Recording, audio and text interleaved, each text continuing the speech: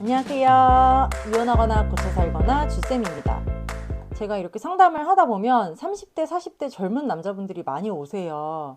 그럼 이제 얘기를 들으면 외도한 아내를 크게 두 가지 부류로 나눌 수가 있더라고요. 물론 이게 뭐 사람마다 다 다르고 집집마다 다르니까 뭐 딱 이렇게 이분적으로 얘기할 수는 없는 거지만 크게 보면 그렇다는 겁니다. 한번 재미 삼아서 공감 삼아서 들어주세요.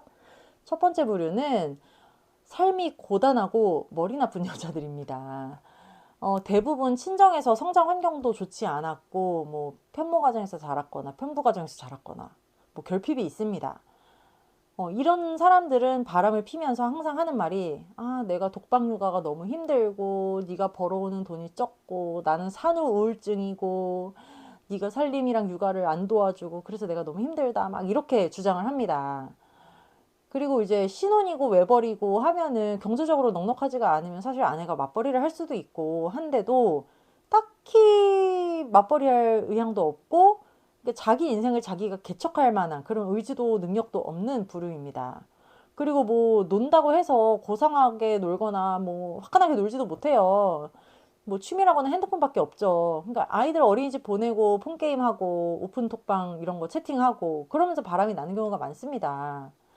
뭐 현실이 별로 만족스럽지가 않으니까 회피성, 도피성으로 다른 남자랑 대화 주고받다가 또 밖에 있는 남자들은 그럴 거잖아요. 어떻게 해보려고 우쭈쭈 해주고 막 자기야 사랑해 막 이게 립 서비스가 죽여주니까 거기에 홀랑 넘어가서 사랑이라고 믿습니다.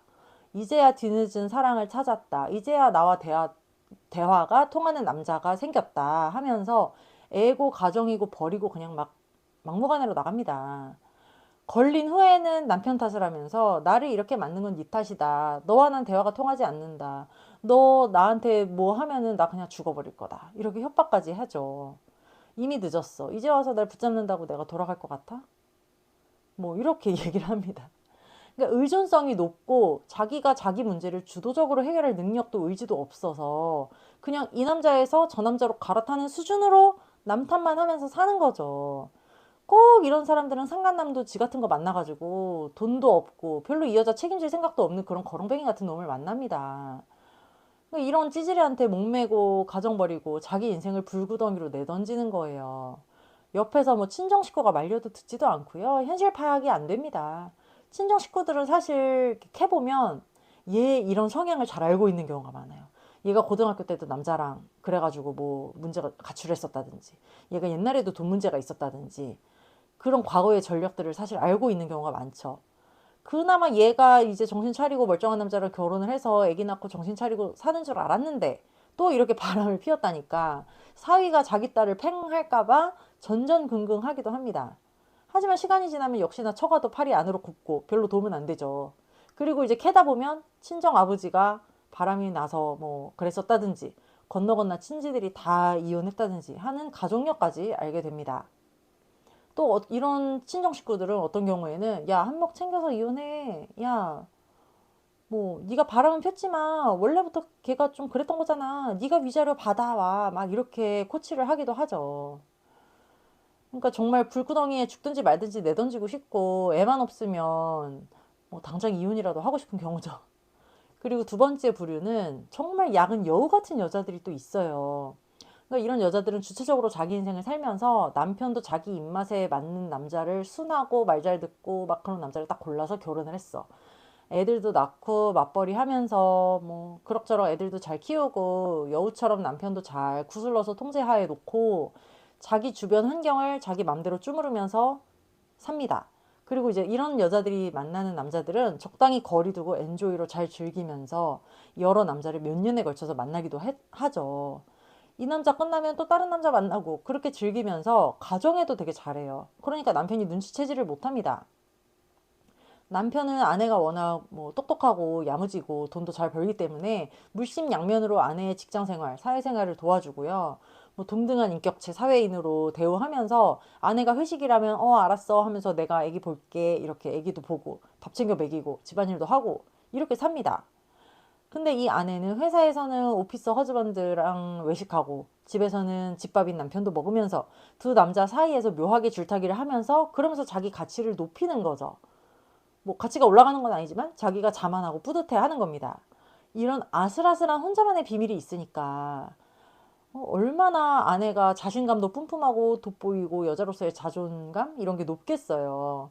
그러니까 너 아니어도 상관없어 막 이런 태도가 은연중에 이렇게 배어 나오니까 집에서 남자도 긴장감 있게 아내를 여자로 생각하고 밖에 있는 남자도 아내가 되게 높아 보이는 거죠. 무엇보다도 상간남 입장에서는 이 여자가 가진 게 많잖아요. 그러니까 가정 버릴 생각도 없고 자기한테 들러붙지 않으니까 내연녀로서는 최고의 덕목을 갖춘 셈인 거죠.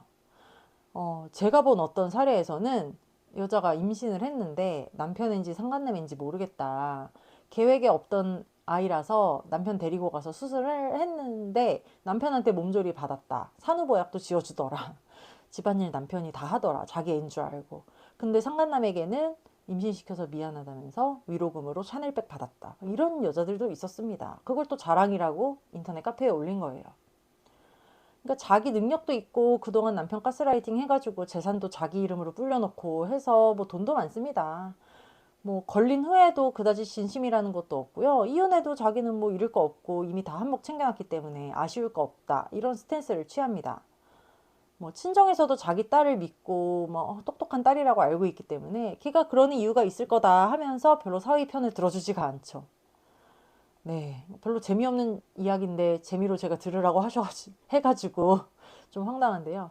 그러니까 모든 바람 해결과 마찬가지로 멍청한 여자든 똑똑한 여자든 교활한 여자든 뭐 불구덩이 뛰어드는 여자든 간에 빼도 박도 못할 증거부터 잡아서 소송과 박살로 상간남을 먼저 치셔야 합니다.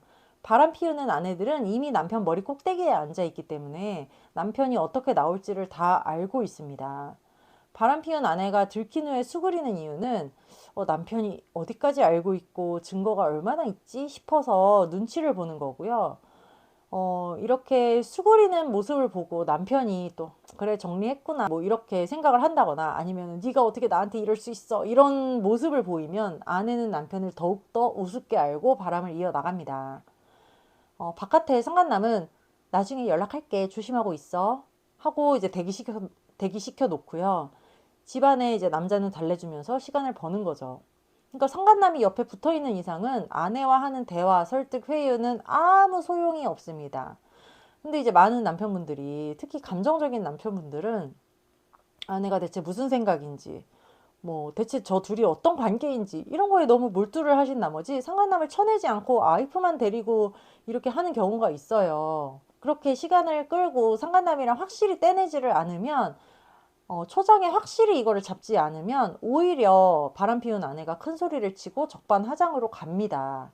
요즘은 뭐 스토킹법이나 가정폭력에 대한 법이 되게 강화가 되었기 때문에 뭐 남편분이 뭐 조금이라도 화내면서 뭐 언성을 높인다든지 물건을 던진다든지 하면은 바로 가정폭력으로 막 신고 들어가 버리고요.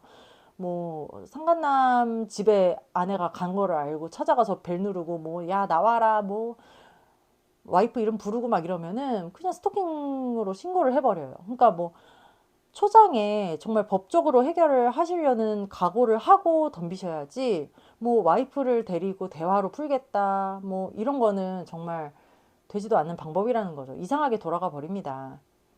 그러니까 아내한테 인정해라 사과해라 무슨 생각이냐 애들 생각은 안 하냐 이렇게 대화 시도도 하지 마시고요. 법적인 대응으로 빼박 증거 잡아서 상간남 소송 꼭 하셔야 됩니다. 그리고 소송하고 상간남을 찾아가서 박살내면서 다시는 내 와이프랑 연락하거나 만나지 마라. 나는 가정 지킨다. 그리고 넌 내가 가만두지 않겠다. 이렇게 경고를 하셔야 됩니다. 그러면 상간남들은 의외로 쉽게 떨어져 나가거든요. 아내만 붙들고 실갱이 하느라고 상간남 치는 이 과정을 초반에 못해서 그 쉽게 떼낼 수 있는 기회를 놓치는 분이 많습니다. 왜냐하면 들킨 후에 붙으면 더 붙기 때문이죠. 안 그래도 남편을 우습게 알고 바람을 피우는데 더 우습게 알거든요. 그러니까 용서한다든지 눈물로 괴로움을 호소한다든지 부부 상담을 데리고 다닌다든지 하는 거는 시간 낭비 돈 낭비일 뿐입니다. 이렇게 상간남 소송과 박살로 상간남 떼내는 동시에 아내를 관리하는 것이 이 바람을 끝내는 방법입니다. 네. 저희 이거나 고거나 카페 들어오시면 아내 바람으로 마음고생하는 분들, 뭐 해결 중인 분들 많으시거든요. 이거나 고거나 카페 들어오셔서 해결책을 찾으셨으면 좋겠습니다. 오늘은 여기까지 할게요. 안녕. 다음 시간에 또 만나요.